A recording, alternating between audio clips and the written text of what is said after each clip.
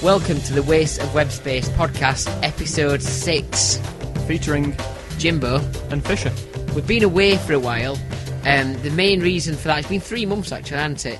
The main reason is that we tried to get advertisers and sponsors, didn't we, on our last podcast, and apparently using the song Spirit in the Sky is not appropriate for a funeral advertiser. No, absolutely not. So we are not allowed to use those adverts and consequently ran out of money. So we had to obviously do his own fundraising. The other thing we did wrong as well was apparently they accused us of making up company names such as Robin Twats for a payday loan company. Yeah, absolutely, and we don't make up any fake names at all. We did actually receive quite a stern letter of complaint from a gentleman, I think it was called Dave McTits, I think his name was. Something like that, yeah.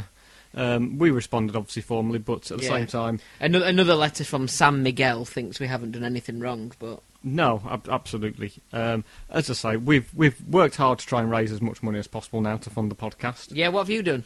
I did a car boot sale a few days ago. Oh, how many car boots did you sell? About 35. I managed to 35 car boots? Yeah, I managed to sell about 3 or 4 car boots to one person. Great. Yeah, very, very impressive. What have you managed to do? Well, I did a 5-kilometre run for guide people for blind dogs. Really? That's a fantastic raising bit of work. £3,000 for guide people for blind dogs.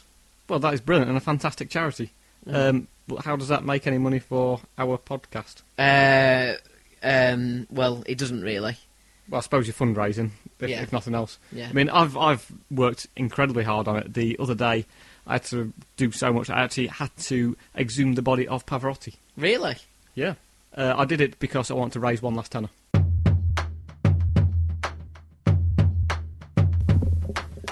And here we are for the second section of our show. We're at Wimbledon. We are. It's very, very quiet here at Wimbledon. A bit. I think we've booked the wrong tickets. I don't know what we've got tickets for here. We're just watching the clean-up operation. Well, they were free, to be fair. So Yeah. you can't argue with that. Free tickets for Wimbledon. Yeah. Although, if you go on the 52 weeks of the 50 weeks of the year that Wimbledon isn't on, then it's not that good, to be fair. No, there's no strawberries and ice cream left. And I'm just sat watching the Wombles going round picking up the remainder of the litter. Which is very good of them. They are incredibly nice, the Wombles are, albeit they are quite common folk. Yeah, wobbling free. Anyway, something absolutely spectacular happened in the world of tennis recently. As you know, it's the first time in years that Andrew Murray's cracked a smile. I know, it was incredible. He won the Wimbledon tournament and then he smiled. People just could not believe it. About 18 million people tuned in just to watch it. Yeah, just to see him watch the smile, of course. Exactly. And apparently won a trophy as well. That pales in comparison to the fact he smiled, in my opinion. Slight personality there, which brings forward a bit of prediction that he's probably going to be sports personality of 2013. Possibly. I mean, it'd be a great achievement for him. A lot is said about his nationality. I mean, is he Scottish? Is he British? I mean, personally speaking, he's just won Wimbledon. We are incredibly proud that he's from Yorkshire. Good old Yorkshire. Well done, Andy Murray. Anyway, after Wimbledon, he's obviously going to be a very popular fella, isn't he? He is. I mean, he may follow in the footsteps of Fred Perry, who was the last British person to win Wimbledon. And he could have He could endorse something like Fred Perry endorsed T-shirts and shorts and things like that. Perhaps he could do his own brand of mints. Maybe. I mean, I can't think of what they'd be called though. Can you think of anything? What would Murray's mints be called? I mean, I think that's been done. I don't know. I mean, if not, he might have to do his own range of sports clothes or just clothing, perhaps some kind of. Or he could go in to be an F1 commentator. He could do. He could do it whilst he's doing a form of exercise that isn't as strenuous as jogging. So, do you think Murray Walker might be able to do that? I'm not too sure. Possibly. Who knows? But, as I say, I think he won the Wimbledon tournament, although I have heard rumours going around saying that it was recently renamed as the MK Dons tournament. Yeah, that's it. But I'm not too sure. But one of our favourite bits of Wimbledon, I think, is the grunting that you get. Definitely. We like grunts on this show. I mean, people say that our show is full of grunts itself. But we're going to look at Wimbledon, and I've picked out so many grunts from Wimbledon, and you've got to guess who it is. Okay, so we'll play some clips. So here's grunt number 1. Any idea who that is? Is that the Queen finding out that she's got to give someone else a knighthood? No, it's not. It's That's Serena Williams when she crashed out early. Big shock that for men's tennis. Okay. And I'll play you the next one. Any idea who that is? I think that is Roy Hodgson assessing the future talent pool of the England football team. Correct, yeah, correct. That's great, yeah.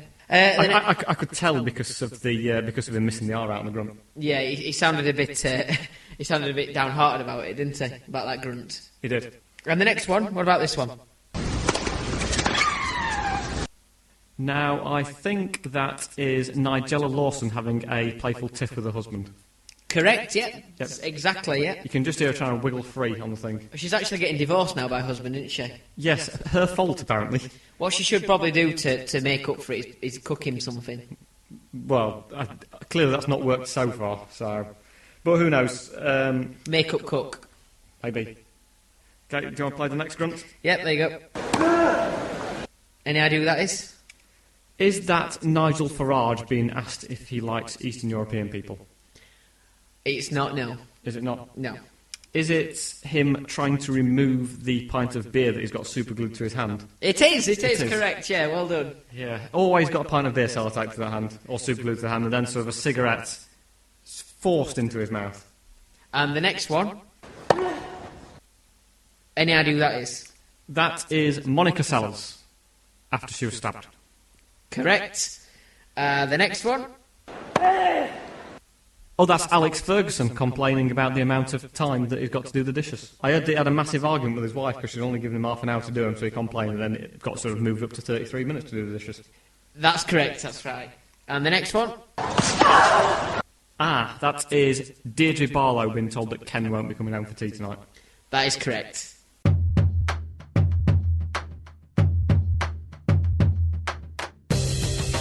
So, Jimbo, have you heard about Abu Qatada? No, is he a character off Aladdin? I don't think so, or not the one I've seen anyway. He is a preacher who has preached racial hatred in the UK for years. Oh, that's terrible. They should probably try and deport him. I know, well, I think they have done. They have done eventually. The initial thing, once he'd heard it was preaching racial hatred, was that we're going to try and sign him up for Chelsea. But as a result, they've instead actually finally managed to deport him a few days ago. So it took him how long to deport him?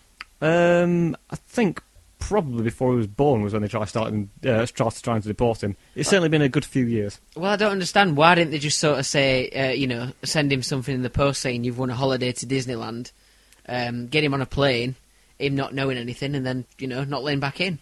To be fair, I'm not sure he'd really want to let him travel on a plane, but... Theresa May surely should have tried that one. You should have written to her and told her that. But they've eventually managed to deport him. It was actually that bad at one point. They thought the best way to kind of pseudo-deport him was to get everyone else to leave the country and leave him here on his own. Oh, yeah, that'd have been a right idea. And then we'd go on holiday. So yeah. Effectively, we'd get to go out to somewhere nice, south of France, maybe, something like that. Italy, Portugal. Didn't Theresa May have a similar problem with, Piers Morgan? Yeah, we've got rid of him eventually, though. Yeah. Yeah, I mean, that is well worth it. I mean, he gets paid he gets paid millions of dollars a year for presenting his programme, all funded by the taxpayer as well. Public money going to good use in getting rid of Piers Morgan. And Piers Morgan, very similar to Abu Qatada, does incite hatred, doesn't he? He does. Towards himself. Yeah, yeah. But it all counts. If there was some kind of hatredometer, then he would incite far more Piers Morgan than Abu Qatada. What they should have done is brought Piers Morgan back and locked him up with Abu Qatada, and then Abu Qatada would have wanted to leave. Well, that would be the best way to do it. The taxpayers should basically utilise Piers Morgan and how much people hate him for good, and try and do things like that with him. Try and get people they want to leave the country to leave the country. Excellent. Yeah, it's a unique way of doing it. I mean, do you think all those protests in Egypt at the moment are just in terms of how much people hate Piers Morgan? How much they want him off their television sets? Possibly. That's a bit strange what's going on over there, isn't it? Because they had riots, didn't they, a couple of years ago, because they didn't like the person in charge. They won, they got the democracy, hey, and they voted someone else in. They don't like him anymore, so they started rioting, got rid of him. Yeah, and now they're probably going to get a third leader who they don't like, but they probably need actually a much stronger leader who can actually control those people. Probably like the first one they had in the first, who originally they protested to get out of there. So effectively, I think what we have found is they kind of got a second government in who managed to build what we thought was a strong and stable government, but unfortunately it turned out just to be a dodgy pyramid scheme. I mean, if it's anything like the riots that we have in our country, how have they got anything left in Comet and Dixon's and things like that? I'm not too sure they have many branches of Comet and Dixon's over there, but... Well, considering that they've all shut down. Well, exactly. About 2 years ago, basically they all got closed down and got a chance to replace them. But it is very strange to see, really, isn't it? Well, I mean, when they first wanted to get rid of the leader who was just in power, they wanted to do it peacefully at first, and they said, "Look, we want you to leave the office respectably, you know, with no rioting or anything like that. So just walk like an Egyptian," they said. Do you think that's how he went? I think so, yeah. He went out, sort of putting one hand in front of him, one hand behind, and sort of moving his neck slowly. That would have caused that would have probably stopped a lot of the riots. Yeah, and certainly eased the political process.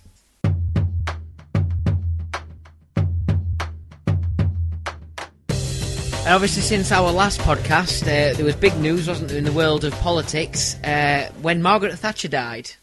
Indeed. Incredibly large news at the time. Every newspaper got a picture of her plastered over in front of it. Yeah, and there was quite a big public upset, really, weren't there, over the cost of her funeral?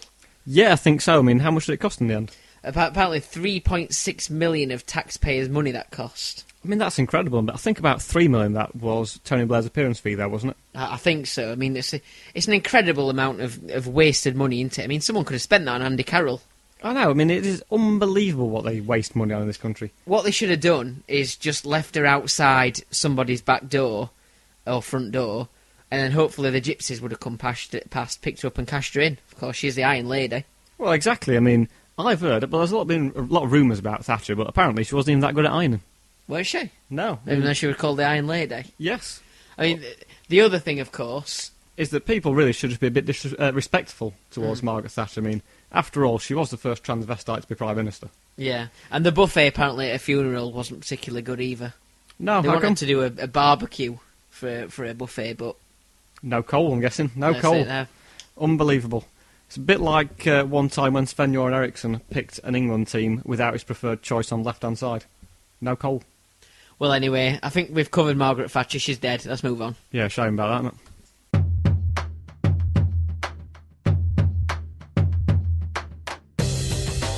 So it's on to football news now. Well, kind of. Did you hear the news story this week about a Brazilian referee who sent off a player? The player refused to get off the pitch, so the referee stabbed the player, at which point the family of the player weren't too impressed, came onto the pitch and chopped the referee's head off. That's shocking.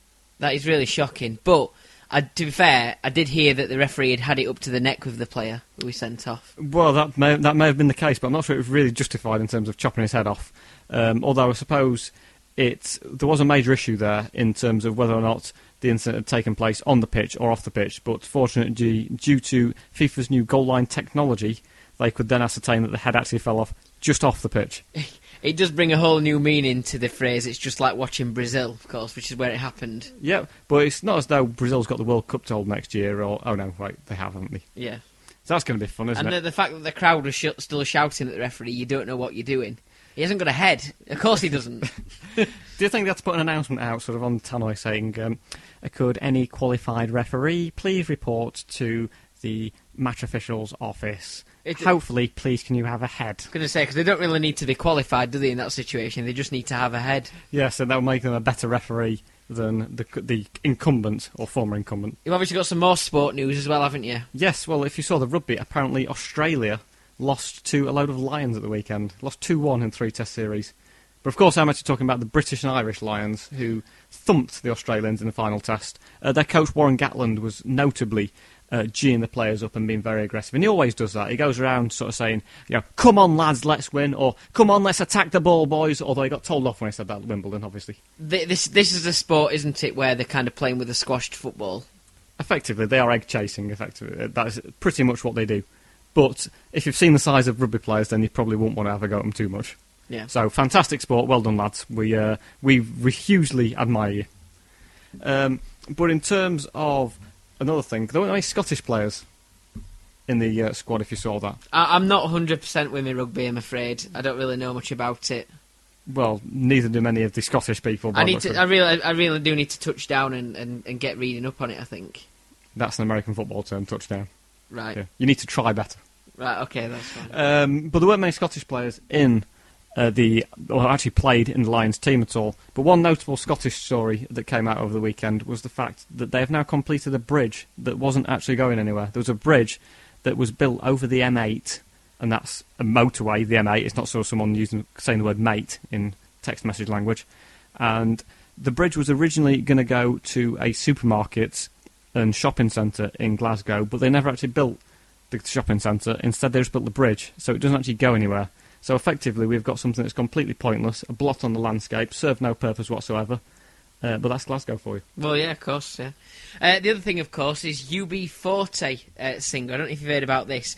UB40 founding member, Brian Travers, joined a tribute band of UB40 called UB42 because he got declared bankrupt and needed some extra money. So he joined an actual UB40 tribute band called UB42. Is that a slightly worse tribute band than UB41? Possibly, I think so, yeah. Or is it a tribute band for both UB40 and Level 42? I think what it is a tribute band for people who are celebrating the 42nd birthday. So it's UB42 Could well today. Be. Yeah, I think kind of thing. But if we've run out of money, obviously we've had some money issues, haven't we, ourselves with this podcast. Maybe we could start our own tribute podcast. And get a waste of web space. Waste of internet space, something like that. Or we could do one called valuable waste, or valuable use of web space, but that wouldn't really fit in with what we do, would it? Definitely not. And finally, the inventor of the mouse, the mouse that you use with a computer. Yep. He's died, unfortunately, which we've got to mark the fact that he's died because it's a huge, big invention. I mean, where would we be without it, Apparently he'd been thinking for a long time about this invention, and he was struggling to work out how to do it, how to actually create this invention, and then finally it clicked. Well, absolutely, yeah. His funeral was a very interesting one, apparently. In terms of disposing of his body, basically they just dragged and dropped him and put him in the coffin. Yeah, well, yeah. And that was the way to do it. Yeah. But also, I believe there was a bit of an issue in terms of the funeral. There wasn't much noise there, was there? Everyone was really respectful. No, it was as quiet as a. I can't think of the word. Quiet as a small rat. It was very interesting as well in terms of the person who died, because apparently it'd been inoperable for a number of years when someone turned him upside down and took his balls out, and that was it. But I'm not really sure what he died of, although I believe he may have caught one of those computer viruses.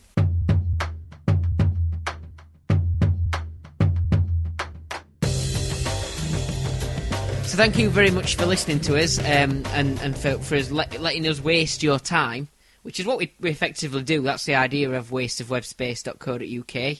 Yeah, and don't feel hard done by if you think that we've wasted your time. Imagine how we feel, because it's taken about 3 takes to do this, so for 20 minutes you've spent listening to this, we've probably spent about an hour recording this, so we've spent far longer wasting our own time than we have your time. Yeah, and if you want the extended cut, we'll include all that, so you can actually waste more time if you like as well. Yeah, or you can just listen to it sort of like 5 or 6 times. If you want to waste time tweeting us, you can, at wasteofwebspace. Yep. On Twitter, which has now got 14 followers. I mean, 14 followers, that is incredible. You can also go on our website, www.wasteofwebspace.com or .com? Yeah, .co.uk. .co.uk, I'm not sure who's got .com. Have we got .com? No, we haven't got that, couldn't afford it. Well, no. Someone... more fundraising needed. Exactly, so feel free to donate, although we don't actually have a bank account, but just send us money through the post. But if you see anyone with a bucket, if you just put the money in there, yep, and that's including the window cleaner... Yep, although I might get a bit annoyed if you end up washing your windows with pennies and whatnot. I used to do a blog every day for the website until I just stopped. They can't be arsed now. So. Yeah, it's the summer. I've got other things to do. Obviously, there's not, there's a hell of a lot to look at on there if you want to look at the blog that he used to write before he couldn't be arsed to do it. Exactly. If you want to find out what was going on back in March, April time, then have a read of that. Well, I also do an occasional useful bit of Spanish on there. Yep, and there used to be Word of the Week as well, which you stopped doing because you couldn't be asked. No, I can be asked. I just had no time. Yes, because we're very busy producing high-quality podcasts, so... So if you'd like to get in touch with us, please do. The best way is by Twitter @wasteofwebspace, or just go to the website www.wasteofwebspace.co.uk. Thanks for listening. Thank you. Bye.